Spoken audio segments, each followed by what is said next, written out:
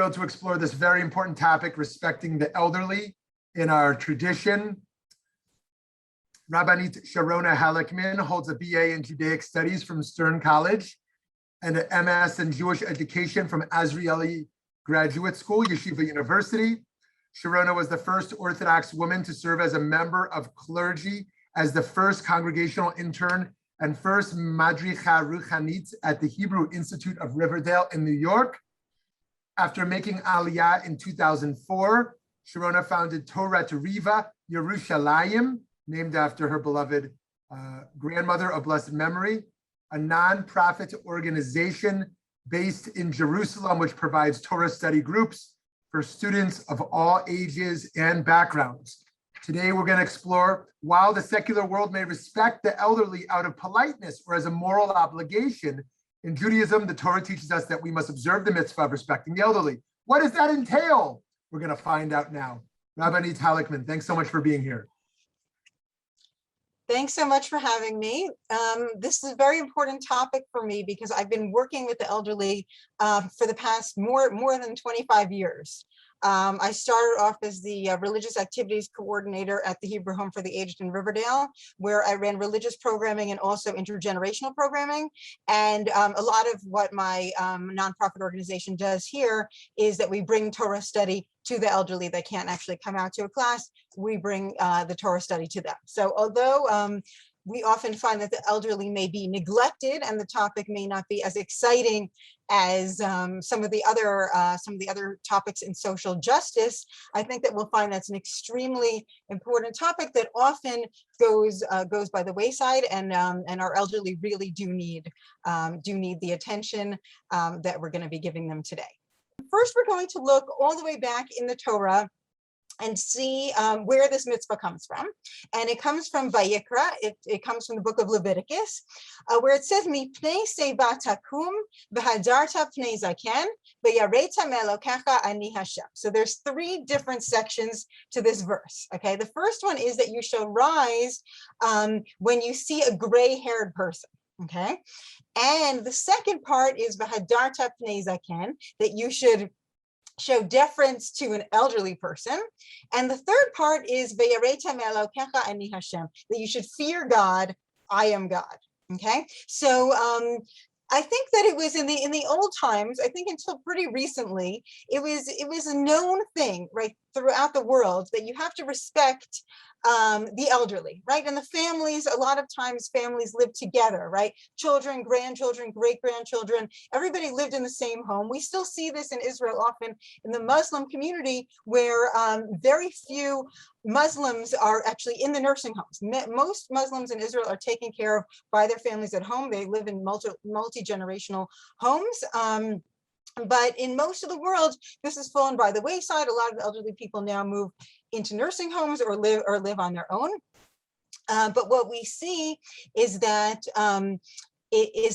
today youth is really admired and praised, right? We see, somebody's hair is turning gray, they have to go and dye it, right? They don't want to look older, right? If they're getting wrinkles, they have to get cream, right? Everything to try to look younger, right? But in the older times, there was a sign of respect. If you looked older, that was great because people gave you more respect. So we're in a different place, and we have to kind of move back to where we were in the biblical days. So in the biblical days, we see that if somebody had gray hair, right, that was already something that people should look at and say, wow, this person is somebody that we need to respect. So the question is it just somebody that's older, right? Somebody with gray hair, or is it somebody that's a zaken? And we're going to see in a minute that a zaken doesn't mean just an old person, but a zaken was always somebody that was very knowledgeable, right? It may not have to do so much with age, although usually somebody's more knowledgeable the older that they get and the more that they learn. So it's already a given, right? We have to give a gray-haired person respect. We have to give a knowledgeable person respect, an older person respect. But what happens if we're in a time like today where youth is respected now more than the elderly are? We have to remember that we have to fear God. It's not just our idea, oh, this is a nice idea of social justice to give honor to the elderly. No, this is a commandment from God, and God is watching. So even if you don't want to do it, it's a commandment and you have to do it. We're going to see in a minute that this really plays out on the buses in Israel, those of you that may have been on a bus in Israel will know that this verse, part of this verse, is actually hung up on the front of every bus in Israel, right? That that when an elderly person gets on the bus, you're supposed to give up your seat. Okay, and this is hoping that people will remember that it comes from the Torah, and that'll push them to get out of their chair if they weren't planning on. But we'll get back to that in a minute. Okay, so now we're looking at the Talmud in Kiddushin 32b. Tana Rabbanan, it says in the verse that we just saw, Mipnei sebatakum, yachol afilu mipnei zaken ashmai. Does that mean we should get up for every elderly person or even a regular elderly person? Talmud lomar zaken. No, it's something different than just a seva, a gray-haired person. It's a zaken, an elderly person, a knowledgeable person. Be'en zaken ela chacham. A zaken here means not just an older person, but a chacham, a smart person, a learned person. And where do we know this from? It says in Bamidbar, Aspali shiv'im ish miziknei Israel. Gather for me 70 people. What happened? Moshe Rabbeinu, Moses, our leader, was having a big problem. What was the problem? He took on too much responsibility for himself. Anybody that ever ran a company knows that it's great at the beginning when it's small, but you have to delegate after a while. And Moshe was overwhelmed because there was too much work for him to do. And his father-in-law, Yitro, said to him, you know what? Why don't you get some help? Okay, so he's going to pick shivim zkenim. Okay, that doesn't mean he's going to run into a nursing home and grab 70 guys that are there. Shivim zkenim, he has to take the best men that he can possibly get. Asfali shivim ish miziknei Israel. Rabbi Yossi Haglili Omer ein zaken ela mishekana chochma shenemar Hashem kaneni reshit darko. Okay, so this means that it's not just grab as any 70 elderly guys, but rather it's those that have chokhmah, that are learning. Okay, so what we see from here is Rabbi Yossi Galili is saying, you know what, who needs the respect? The ones that are learning. Okay, so let's look down now at the next source. If we go down the page, we're going to see where this verse comes from. Vayomer Hashem el Moshe aspeli shiv'im ish miziknei Yisrael. So God tells Moshe, gather together 70 elders, right? This is based on the advice that Yitro gave him. Asher yadata ki hem ziknei ha'am b'shotrav. These are the elders, and these are the leaders, the officers. V'lakachta otam el ohel moed v'hityatzavta sham. So they're imach. So they're going to the tent of meeting, and they're going to help him run the show. Okay, so so now we're going, if we go down a drop more, we're back in the Talmud and Kiddushin. This is the continuation of what we saw earlier. So we saw earlier that Rabbi Yossi Hagalili said it should be the one that deserves honor is not just a regular elderly person, but a learned elderly person. But Isi ben Yehuda Omer, he's going to have a different idea. Any older person, anybody with gray hair, right? Anybody of retirement age, is somebody that deserves our respect. Amar Rabbi Yochanan, halacha ki Isi bar Yehuda, and Rabbi Yochanan said, indeed, we follow Isi ben Yehuda. Every older person should be respected. Rabbi Yochanan havakai mikame sabe da arame, and Rabbi Yochanan would even get up for an elderly Aramean. Okay, that means that he wasn't Jewish. It doesn't mean that it's only Jewish elderly that should be respected. No, every elderly person should be respected. And what did he say? What was his reason? Kama harpatke adu alay dahani. How many adventures did this guy have, right? Any elderly person, any older person has gone through so much, right? They've been through so much already. They deserve respect just for that. It doesn't mean that they have to be have a doctorate or be a Talmud scholar. All they need to do is have lived such a rich life, and that is something that we should look up to and give respect. And then the Gemara continues, Abai Yahiv Yada Lasabe. So we see different things that the different rabbis in the Talmud did to help out the elderly. So Abaye would extend his hand to the elders, right, so they could lean on him. He'd help them if they need to get up. Rava Mishadar Shluche. Rava would send his agent to help out, right? So there's this idea. It doesn't mean that you personally have to go out of your way, but find somebody that can help them out. Don't abandon them. Rav Nachaman Mishadar Guzai. Amar I lav Torah kama Nachman bar Ava Ika Beshuka. So he said, if not for the Torah, how many people named Nachman bar Abba would there be in the marketplace? Okay, so he's saying, I'm not permitted to treat my Torah study lightly by assisting them myself, as I can perform the mitzvah through others. And I think that this is also an important thing in this stage of the game, where not everybody can always take care of an elderly relative or an elderly friend, but there's a way that we can help them out regardless, right? If we can't manage to help them out at home, we can find them a proper nursing home, we can find them a proper aid, we can find them proper social activities to go to, we can arrange meals on wheels for them, right? There's so much that we can do. It's not that, oh, I personally don't have time, so I'm exempt. No, we have to go out of our way to help them, even if it's not ourselves. And we see that the rabbis here were able to outsource, and that is part of honoring the elderly as well. It doesn't mean that everybody has to do it on their own. Of course, if you have time and you can go into a nursing home and volunteer when it's safe, when COVID isn't making people not allowed into visiting nursing homes right now. But obviously when it's safe, and there are things that we can do, right? Even if you can't go in and visit, but leave a package at the door, leave a note at the door, leave artwork from the children in the local schools, right? All of these things are things that we can do, even if we're not doing it ourselves, but we're outsourcing and we're bringing it and we're coordinating it. Okay, so let's look at the continuation here. Okay, so we're saying when you see an elderly person, you have to get up and give them respect. In modern Israel, that would be you see them coming onto the bus, rush to give them your seat, okay? But what happens if somebody says, you know what, I'm just gonna close my eyes, right? I'm gonna sit on the bus and I'm gonna keep my eyes closed, okay? And that way I won't see them and I won't have to give them honor. Right? Are we talking about a rasha, right? Is this a villain that would be doing something like this? Okay, so we're not saying that we see the guy get on the bus and then we close our eyes, because that would be really rude. But what if he closes his eyes the whole time, right? He didn't see him, so why should he have to get up for him? Right?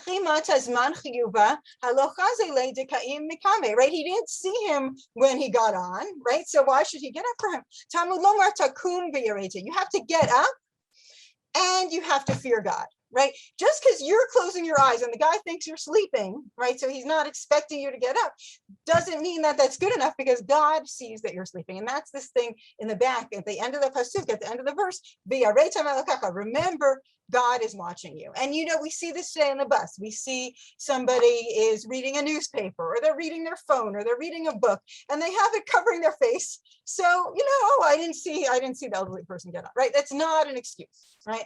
And unfortunately, I mean, I remember being in Israel in the 70s and 80s, and people really got up for the elderly. You really saw it. And today, unfortunately, you don't see it. You see other people telling people that they have to get up. It's not what it used to be. And I think a lot of that is that there's just not as much education as far as respecting the elderly. We have to bring back more education. We have to reteach these verses so that that people know that this is unacceptable, right? These are the people, and when I teach in nursing homes, senior centers, these are the people that founded the state of Israel, right? You're talking about people that are Holocaust survivors. You're talking about people that built up the land of Israel. You're talking about people that fought in the War of Independence, in all of the other wars. You're talking about people that left all kinds of countries where they were persecuted: Iran, Iraq, Morocco. You know, now we have the aliya in the last 25 years from Russia, from Ethiopia, from France, right? We really have a big mix, and each of these people has such a story, right? And just like we saw in the Gemara, how many adventures did these people have, right? Just to go in and sit down with them and hear, you know, how they were able to bicycle from one place to another, which now is all built up with highways, right? It's just amazing. You hear about people that made aliyah, that didn't know any Hebrew and learned from scratch. I had one student, she, when it was election day, we've had a lot of election days in Israel, but a long time ago, one of the election days, she said she can't vote because she doesn't know how to read or write. Okay, now this is somebody, she's illiterate in Hebrew. She came from Turkey many, many years ago. Her Hebrew is fluent when she speaks, but she never learned how to read or write. But these people are our heroes. These are the people that we really need to learn from, to bring the children in, to do intergenerational activities, to really give these students an idea of why we need to respect them. Okay, so let's continue on to the next source. So this is in Shemot, in the book of Exodus. This is the 10 Commandments. Many of you will be familiar with this. Kabed et avicha ve'erimecha, l'man yarichun yamecha al ha'adama asher Hashem Elokecha noten lach. Honor your father and your mother, that you may long endure on the land that the Lord your God is assigning to you. Okay, so kabed et avicha ve'erimecha. Here we see honor, and we see that the father is mentioned before the mother. Okay, now if we look at the next verse from Vayikra, if we go down just a little bit more, Ish imo va'aviv tira'u ve'et shabtotai tishmoro ani Hashem Elokecha. You shall revere, you shall fear, really, your mother and your father. Okay, so it's interesting because in the 10 Commandments we saw father as first, and here we see mother as first. So the question is, what is honor and what is fear, and why is the father first there and the mother first here? So we see in Kiddushin in the Gemara, Tana Rabbanit, Eze Mora ve'eze kavod. What is fear and what is honor? And remember that fear, is not fear like I'm afraid, like I'm in a scary movie, right? Fear is really awe, right? I'm just in awe of this person, right? I'm in awe of God. Right? When a teenager goes around and says it's awesome, right? They don't realize what they're saying, right? Being in awe is just an amazing experience. So Mora, the Gemara says Mora lo omed b'mekomo. So if we're talking about yirah, of fear, of awe, right? We wouldn't stand in his place, right? If you're in awe of somebody, right? You're going to visit the Queen of England. You're not going to stand in her place, right? You're going to be extremely, extremely respectful. V'lo yoshev b'mekomo, right? You wouldn't sit in their chair. V'lo soter dvarav, you wouldn't contradict them. V'lo machrio, you wouldn't try to choose sides. Now on the other, so that's all fear. Kibud, honor, is ma'achil u'mashkeh, right? That you would give them food and drink. Mabish u'mechaseh, you would give them clothing. Machnis u'motzi, and you would help them get in and help them get out. So we see that the morah, the fear, is a more spiritual, I guess, and the kavod is what really needs to be done. The honor is just, tachlis, what has to be done. Okay, so let's continue down to the next source here. Okay, so Rashi says, "V'hadarta pnei zaken," right? That you should honor the elderly. Ezehu hidur. What is hidur, right? And the word hadar, right? We know we have when somebody does a mitzvah, right? We want to do it hidur. We want to do it mahadrin. We want to do it super special, right?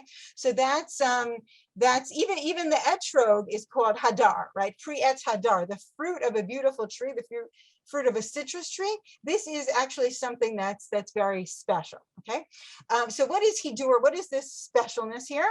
Lo yeshev bimkomo, not sitting in his seat. Lo yis Torat Reva, not contradicting. Yachol yatsim einav kamo shelo ra'uhu, right? He could close his eyes, like we said earlier. L'chach ne'amar v'yareitem elokecha. Therefore, it must say in the verse, fear God. Sharei davar ze masur lelibo shel osehu she'ein makir bo elahu v'kol davar hamasur lelev ne'amar bo v'yareitem elokecha. God knows what we're thinking. If I'm sitting there and I'm thinking, I'm so tired, I have all these shopping bags, I'd much rather read the newspaper right now. I really don't feel like getting up. God knows what we're thinking, right? He's testing us. He wants us to specifically get up at that moment. He knows what we're thinking, and therefore, if the lady didn't even see me, she didn't even notice there was a seat over here. No, get up, do the right thing because God is watching. Okay, let's continue to the next source. Okay, so we see in the Gemara in Kiddushin, Tane Avime Bre de Rabbi Abahu. Okay, so Avimi is the son of Rabbi Abahu.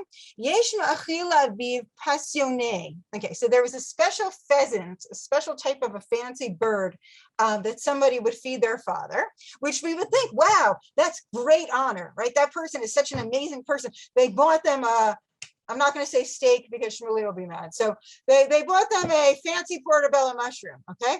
So, we say, wow, what honor, right? The Tordo, but you know what? They actually got into big trouble. They were removed from the world to come. A person that gave such a fancy food to their father, instead of being rewarded, they were in trouble. We'll see they're in trouble for something else. Okay. V'yesh matrino berechaim, and there is one who makes his father grind on the millstone. Let's continue down. We would think that that's such a horrible thing to make your father grind on the millstone. But what is the Gemara saying? That son was able to receive reward in the world to come. So what we're seeing here is that there's something missing from the story. So what does Rashi tell us? The secret is in the Gemara in the Yerushalmi. So it says Viola Olam Haba, the Gemara Yerushalmi Garas Maseh B'Shneim. So the Gemara in the Yerushalmi is telling us what went on behind the scenes. Okay, Maseh Bechad Shaya Machil Aviv Passione. So this is the son that gave his father the important food, the fancy food. So the father said to him, where did you get this fancy food from? Amarlo Saba, what do you care, elderly person? Right, today when we say Saba, it means grandfather, right, in modern Hebrew, but really it meant older person, right? Older person, Gramps, what do you care, right? Tchun vochel, just chew it up and shut up, basically. Not very nice, not very nice. Klomar leus vochel, just chew it and eat. Hareu shekashelo. Vishuv maaseh be'achad. And now another story is somebody shayat tochen berecham. The son's job was to grind on a mill.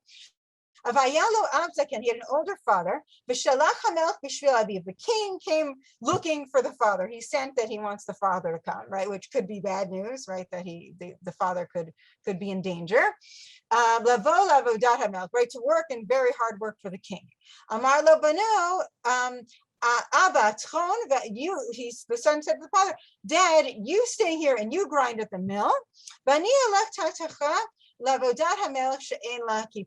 going to go do the work for the king. Okay, so this was even though it sounded like the person giving the father the better food was a better story in the end, because he spoke to him in such a nasty way, right? Just shut up and eat your food, right? That person did not deserve the world to come. On the other hand, the son that specifically went to go and work for the king and let the father be, even though he gave him a job of grinding, which wasn't easy, he helped save him, and therefore he deserved the next world.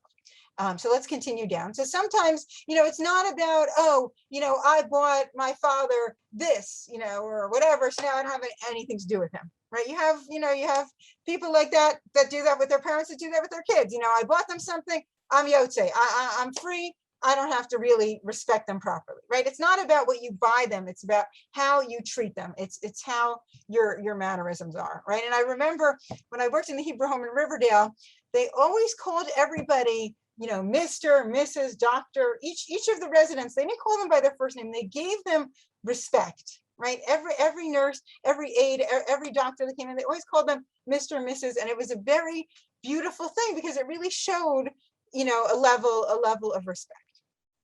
Okay, we see in the Midrash in Tanchuma, Vayomer Hashem el Moshe, Espeli Shivim Ish. Okay, if you remember, we saw the verse before about God telling Moshe to get 70 men to help him out. Yelamdenu Rabbeinu, Kama Amod Chayav Adam Lamod Mipnei Hazaken Shehu Ro'eh Tover. So, right, in the old days, and we still see this in yeshivot, right, where a rabbi or an important person comes into the room and everybody stands up.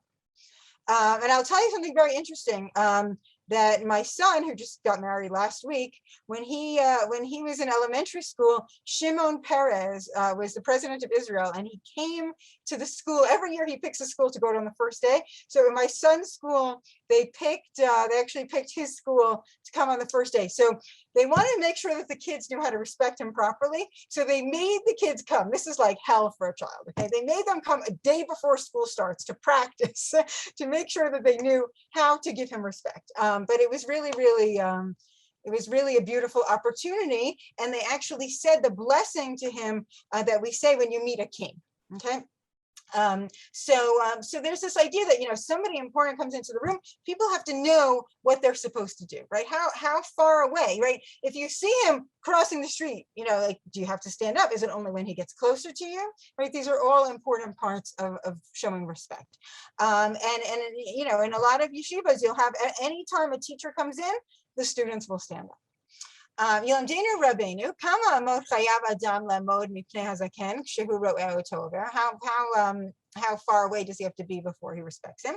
Kakshanu Rabbeinu b'toch arba amot. So within four amot, 4 cubits. Chayav adam lamod mipnei zaken. Shenemar mipnei sebat zakum v'hadarta pnei zaken. Because of the same verse that we saw. V'korei lefanav b'shoel b'shlomo b'toch arba amot. Also, he should ask how he's doing. Also in that amount of space. The Ezehu Hayidur, what is the Hidur that we talked about before? Shamra Torah Hadarta Pnei Zaken, Shelo Yamod Bimkomo, right? We saw this earlier, don't stand in his place. V'lo Yasoter Dvarav, don't contradict him, right? And this is also something, a lot of times, and we'll see this a little bit later, but a lot of times when people are, getting forgetful, right? A lot of older people will forget things as time goes on. Of course, much more complicated with dementia and Alzheimer's, but a lot of, what we studied in pastoral counseling is just to be there for the person, just to listen to them, just to, to agree with them. You don't have to, if they think they remembered something in some way, you don't have to start giving them a lecture, right? Just let them speak, give them the respect that they deserve. Don't embarrass them. Lo sotar drav, don't contradict them. Who shoel halacha, shoel bira, right? When you ask a halacha, do it in with fear, with awe. V'lo yikfotz lashiv, lo yehed nichnas l'tok dvarav, shekol mi she'eino noheg v'rabo kol hamidot ha'elo nikra rasha lifnei hamakom. Right? Don't jump to try to contradict your teacher, to try to contradict an elderly person, because that is what somebody would call a rasha, a wicked person. Let's continue down. The Talmudon nishkach, right? If somebody acts that way, their studies will be forgotten. Ushnotav midkatzrot, and their years will be shortened. Okay. Now this happens a lot in the Gemara where they try to scare people into behaving themselves, right? You don't do this, this is going to happen to you, right? Try to scare people. I don't really like scare tactics, but here the idea is that they really think that it's so important that you don't contradict an elderly person or rabbi, and you don't, when you're asking a question, you do it with respect. If you have an answer, if you do have an idea, you do see that they said something wrong, do it with respect, do it privately, don't embarrass them. L'sof bali day aniyut. Oh wait, go one drop back. The great Shenamar v'tov lo yel rasha v'lo yarich ganim petzel. So they're quoting Kohelet, Ecclesiastes, to say the reason why they won't have a long life. So you have to have fear of God, or you won't have a long life. And we see that fear is not just about God here, but fear we saw moved into also the elderly, and also into parents, and also into teachers. So this is very important. Okay, let's continue down. Okay, so now we see now we know that Avraham lived to 175, right? Which is pretty impressive. It says Avraham zaken ba'abayamim v'Hashem berach at Avraham bakol. Okay, so Avraham is called zaken, right? Which we saw earlier in the verse of V'hadarta pnei zaken. He's an elderly person. And he was advanced in years. Hashem berach at Avraham bakol, and God blessed him with everything. So it says in Vayikra Rabbah in the Midrash. The Midrash likes to take, one or two words that appear in one place and then find another place to connect it. Davarcha pri etz hadar. If you remember earlier, I told you that the etrog's real name is pri etz hadar, the fruit of a beautiful tree. Right now, why do we call it etrog? That's Arabic. okay? If the rabbis didn't teach us what it was, we would never know, right? Because, you know, fruit of a beautiful tree, that could be a lot of things. You look in Israel, there's a lot of beautiful trees. In modern Hebrew, hadar means citrus fruit, right? So we needed the rabbis in the Talmud to tell us that hadar is in fact an etrog. So it says Priyat Hadar Ze Avraham. So Avraham is compared to an etrog, and we know that the etrog, the citron that we use on Sukkot when we shake the lulav of an etrog, it smells like the Garden of Eden, right? It may have even been the fruit of the fruit that Adam and Eve ate. And if Shmuley invites me back another time, I can tell you all about the different fruits that it may have been and why. And it's really fascinating. So but it's not an apple. That's the main lesson here, is not an apple. Possibly with an etrog, right? It smelled so good, it looked so good, it drew them in, right? They lusted after it. And I'll tell you, when I pick up my lulav and etrog every year on Sukkot, I say, wow, this is something really special. This is beautiful. It smells great. It's beautiful. And Avraham was like the etrog. God gave him, right, a long life. And what was really special about Avraham is that he, until 175, right, he lived b'seva tova, right? When somebody passes away and they're over 100 years old, right, the obituary will usually say b'seva tova, right? Like, how many people have that opportunity to live that long, and also to live such a productive life, right? After Sarah passed away, Abraham got remarried, he had more children, right? He did more things. He really had a very, very productive life. Mars, it says, so because the word hadar is used for the etrog priyat hadar, fruit of a beautiful tree, and it's also used with Avraham, right? That he was a zaken, and the pasuk goes together. Hadarta and zaken, right, are in the same verse. Therefore, we see that Avraham was really super special, like the etrog. Okay, let's continue down. Okay, so we see in Kiddushin, Rabbi Nehorai Omer, Meniach ani kol umanut b'chulei. Right, I set aside all the trades. Tanya Rabbi Nehorai Omer, Meniach ani kol umanut. Okay, so what's he going to talk about? Shebe'olam be'eini melamed et bni ela Torah. So he doesn't think that any other jobs, any other subjects to study are worthwhile. Only Torah. Shekol umanut b'olam ein omedet lo ela b'yemei yalduto. Okay, so he's saying that anything else you study, it just stays with you in your childhood. You know, how many of you remember calculus? How many of you remember physics that haven't gone into it as a subject, right? How many of you remember French conjugations, right? These things are like, okay, you study them for school and then they're finished, okay? About the okay, let's continue down. So they say, okay, so maybe you needed to study accounting to get a job in accounting. Okay, maybe you need to study law to get a job as a lawyer. But then when you're older and you're retired, right, what is it really going to do for you? About Torah, but Torah is totally different. He studies it as a child. And also when he's older, it gives him strength, it gives him hope. When he's older, and I'll tell you, when I teach the elderly, it's really, really amazing. You know, some people do have the background and did study as kids, and even if they have issues where they're being forgetful, when they see, you know, the verses that they know in songs or in art, or they hear the stories that they remember from their youth, it comes back to them. And in Israel, we have, you know, a lot of people are not observant in Israel. We have a lot of Israelis that call themselves secular, but in the time when they went to school, when they were younger, the Tanakh, Torah study was taken much more seriously in the Israel public school system back then. And these people knew their Torah really, really, really well. And then you have people that immigrated to Israel, learned Hebrew, and just decided to read through the Bible just for fun. Right? And they spent years and years just going through the Bible. So when they hear these stories, they know them. And what's interesting is sometimes I'll tell a story at a senior center, and I'll throw in a little bit of a midrash, like we've been doing here today. I showed you where the verses were. I showed you if there was a midrash or something from the Talmud, but I'll throw something in. I might not say, oh, and this comes from the Talmud. There's a man there, and he will say, excuse me, that is not in the Torah. He knows exactly what's there and exactly what comes from the midrash, and these things all come back to them because the Torah has that special energy. Okay, so and where do we see this? It says in Yeshayahu, "V'kavei Hashem yachlifu koach, yalu ever kinesharim."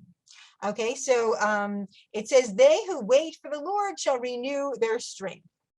B'ziknuto mahomer. What does it say in your old age? Od yenuvun b'seiba d'shenim v'rananim yiyu. Right, we sing this at on Friday night. Right, that you will once again. Let's just move down a little bit. It says here, they shall still bring forth fruit in old age. They shall be full of sap and richness. This is talking about that tzaddik is like a tamar, right? That a righteous person is like a palm tree. I see, Leonard, it looks like you have a palm tree in your back of your of your picture there, right? Right, a palm tree will continue giving the fruit. And actually, we've had really interesting discoveries in Israel lately about the palm tree, where they took a date from like 2,000 years ago and they replanted it, and we got an old time biblical palm tree growing here on the way down to Eilat. So there's a lot of stuff, interesting stuff going on here. But the tzaddikim, the older elders, are often compared with the palm tree. It keeps giving its fruit. Okay, now we see the Mishnah in Avot. Elisha ben Avuya Omer, Halomed Yeled Lemehu Domer. So when you're learning, when you're a child, what do you like? Lidiok tuva niyar chadash. You like ink written on new paper. Today is Israel's first day of school. Hopefully we won't get quarantines and everybody sent home, but this is an exciting reading for the first day. Right,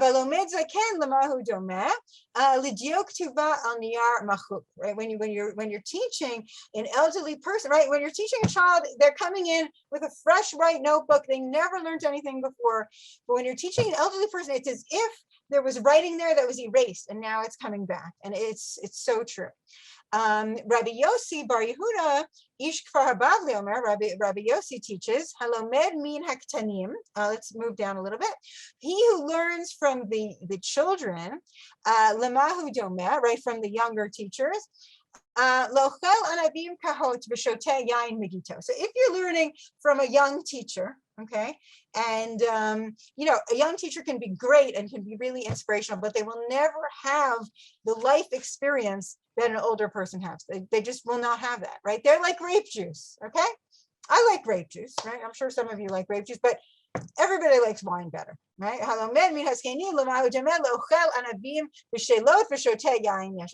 Grapes that are ripe and old wine, right? You can't compare that with new grapes and grape juice.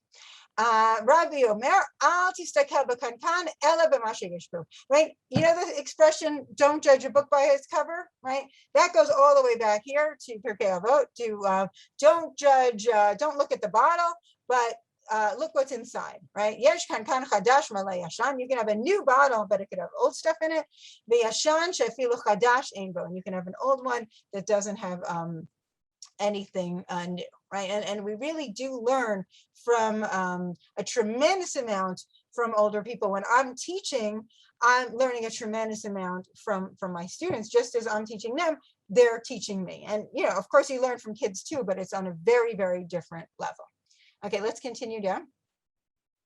Okay, so we see the Mishnah in Kinim. Rabbi Shimon ben Akshi Omer, Iskinei Am Haaretz, Kol Zman Shemazkinan, Da'atan Mitrefet Alehem, Shene'amar Mesir Safa L'Ne'amanim, V'tam Zkenim Mikach. So he's very harsh here. He says, ignorant old people, the older they become, the more their intellect gets befuddled. As it is said, he removes the speech of men of trust and takes away the sense of the elders. Aval Ziknei Torah Einan Ken, Ela Kol Zman Shemazkinim, Da'atan mityashevet alein shenemar b'shishim chochma v'orach yamim tuna. He says, on the contrary, the older they get, the more, if they study Torah, the more mind becomes composed. So it says, with aged men comes wisdom. Let's go down a drop. and understanding in length of days. Okay, now I would extend this a little bit further than just Torah study, and I would say that anybody that engages in intellectual study, right? You keep up, there are people that keep up with the crossword puzzles, and they feel that that keeps their mind going, right? It doesn't have to be Torah study. It could be something academic. It could be something, I think he's more referring to somebody that really is idle, right? You're just staring at the TV all day and you're not doing anything active. I think that's where the issues are. But some people enjoy Torah, some people enjoy poetry, some people enjoy physics. If you do, great. Okay, so it says in the Gemara on Brachot,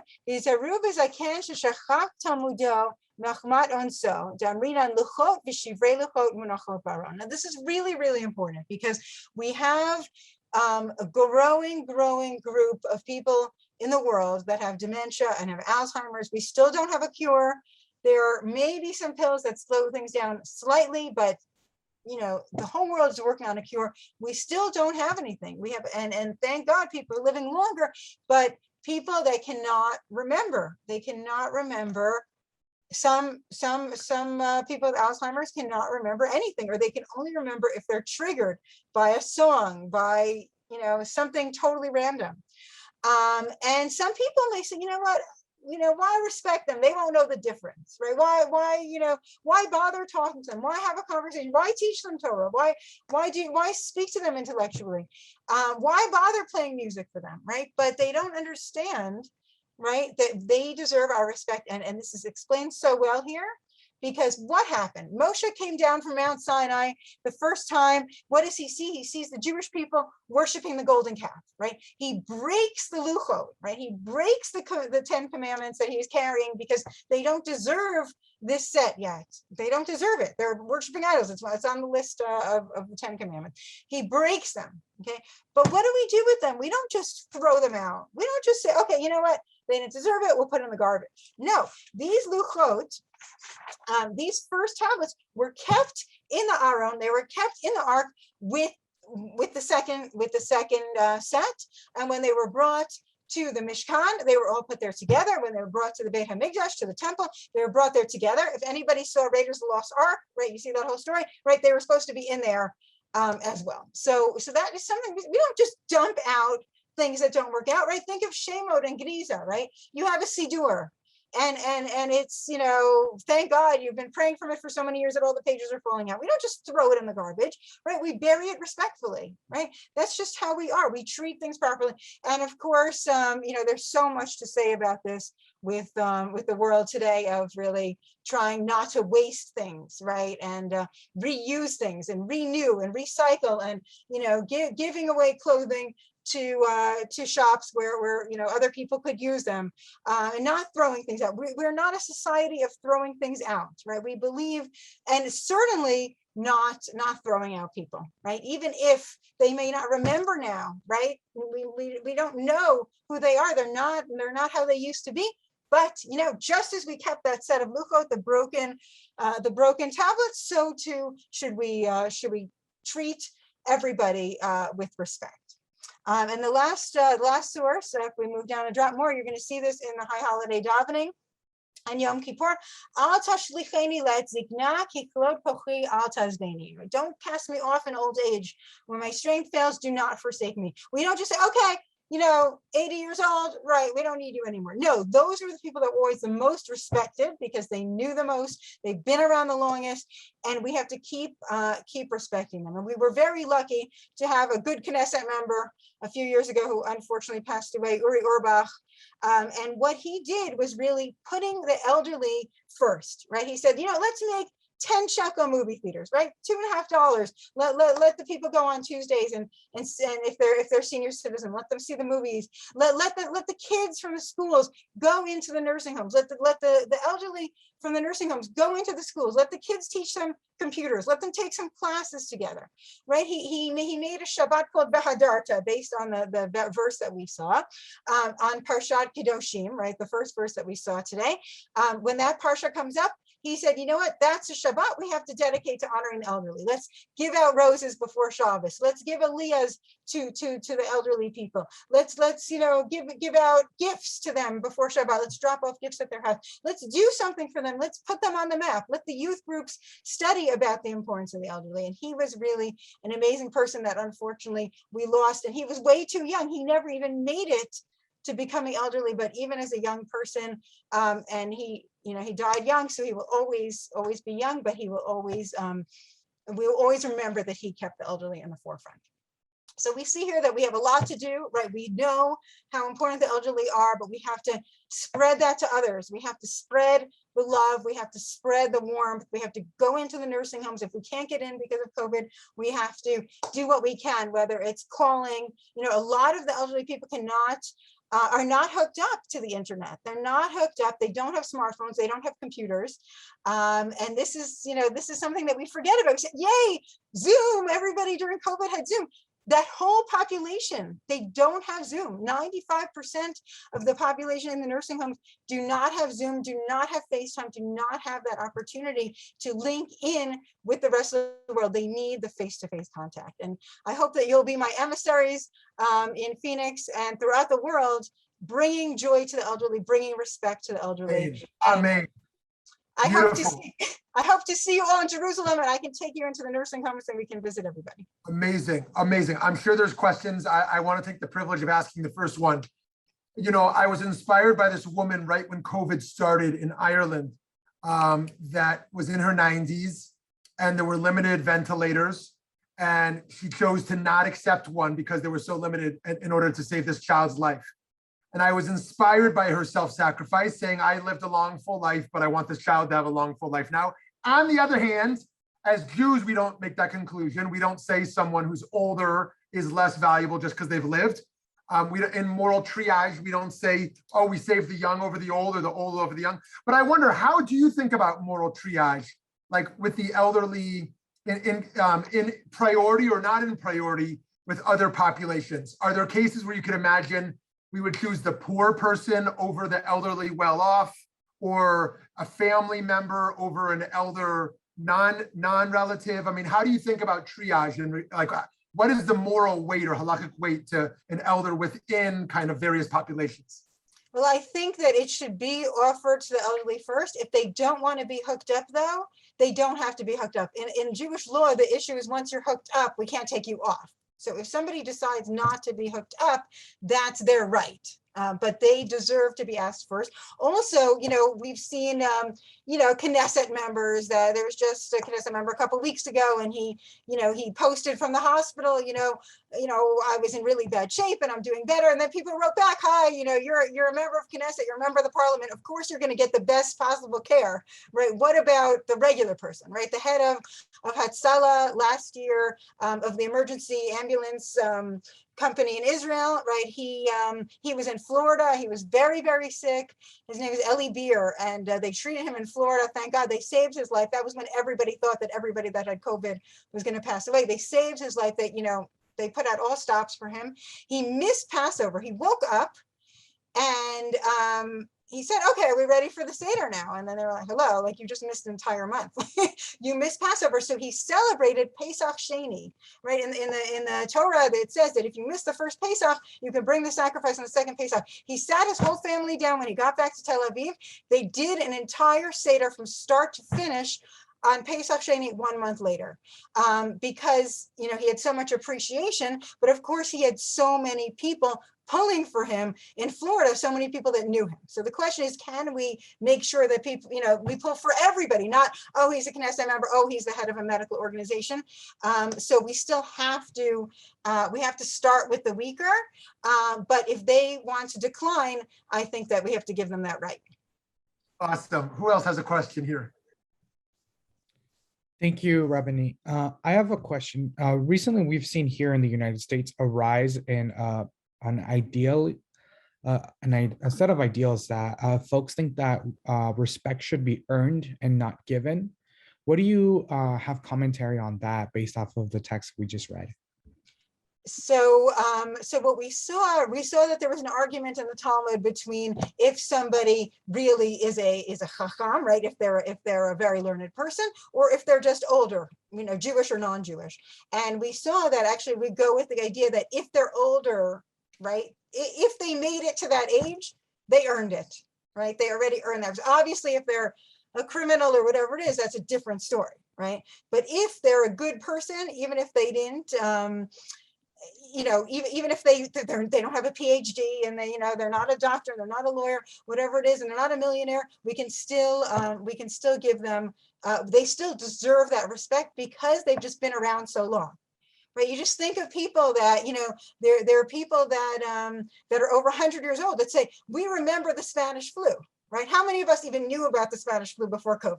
Right? Most of us didn't hear about it. Then we hear about it now. We say, oh, funny. Now we know it, right? But so many people died then, right? They were through that. They were through the Depression. They've been through so many things. So just that alone, right? Both of my grandmothers only graduated from high school, but they had so much, in those days to graduate from high school was huge, right? There's so much life experience that you can't even compare that. I think, both of my grandfathers didn't even finish elementary school, but they had so much to give. So it shouldn't, and now of course the whole world's turning over and people say, oh, skip school and just, start a company like Facebook or something. So we're moving back to that. But it's really, how much they've lived and how much they've seen and how much they've experienced and how they made it that far. That should be enough for us to respect them. It shouldn't matter race, religion, or what degrees they have. Awesome. Who else has a question here? One of my questions is, once you're in the elder category, are there more senior elders as well? Meaning if you're 85, do you engage a 95-year-old differently than you should engage a 75-year-old? Right? Like, is there kind of a hierarchy even within kind of an elder camp? So you see that, like, it could be anywhere over age 65, that you could have a young 65 and an old 65, a young 95 and an old 95. I mean, I've had students that I would not have ever believed how old they were. I mean, I had a student whose father was best friends with Eliezer Ben Yehuda, the guy that rejuvenated modern Hebrew. We're talking about somebody that was in her late 90s, that she was from a totally different generation, but you would never have known that, right? And there, so it just totally depends on the person. And you also have, the more active elderly. You have the elderly that are working. Rabbi Riskin, he didn't want to retire. They tried to get him to retire. At 75, they said, it's enough. How can that be? Rabbi Riskin created the entire community of Efrat. Rabbi Riskin started so many schools. I mean, he wasn't ready to retire. You can't just retire somebody like that. People like that, and there are many, many rabbis like that, they live for continuing their work. When somebody tells a rabbi, now you're emeritus, it's like the end of their life. They don't want to be just on the stationary but not working. They want to continue, and continue. And they just raised actually the age of retirement for a couple of years in Israel because people aren't ready to retire yet. Oh, that's right. If you're a professor in Israel, they require you to stop, right? Yeah, they throw you out. They throw you out. They tried to do that with the rabbis of the cities, but with them, they kind of earned a few extra years. They kind of pushed it a little bit. But even then, after a couple of years, they said, that's it. We're not paying you anymore. But they would do it for free. Just to be part of it, they would do it for free. I've got a million more questions, but I want to pause again to see if anyone else does.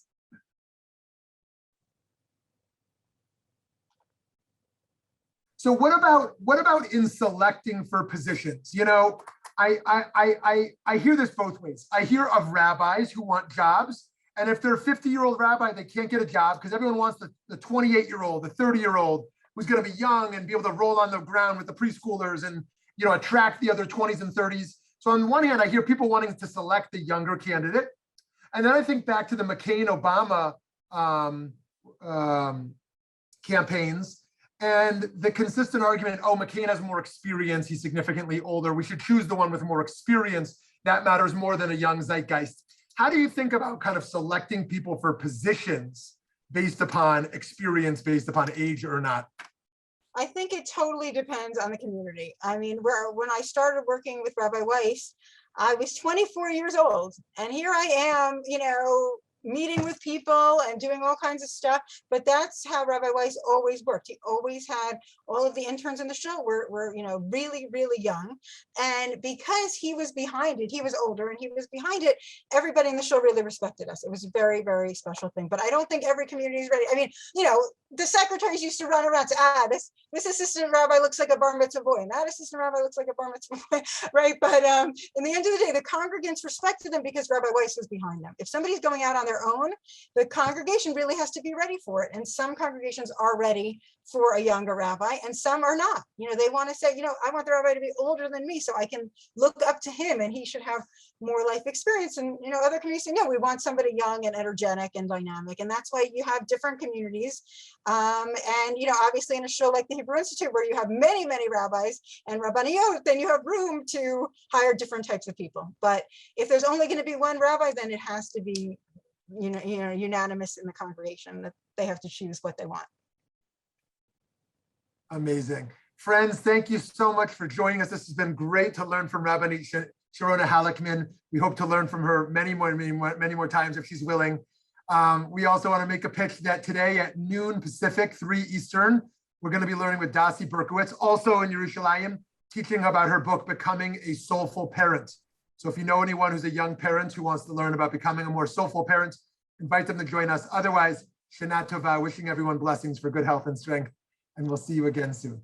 Thanks for having me. And either I'll see you on Zoom or in Phoenix or in Yerushalayim, whatever comes first. Thanks. Shana Tova.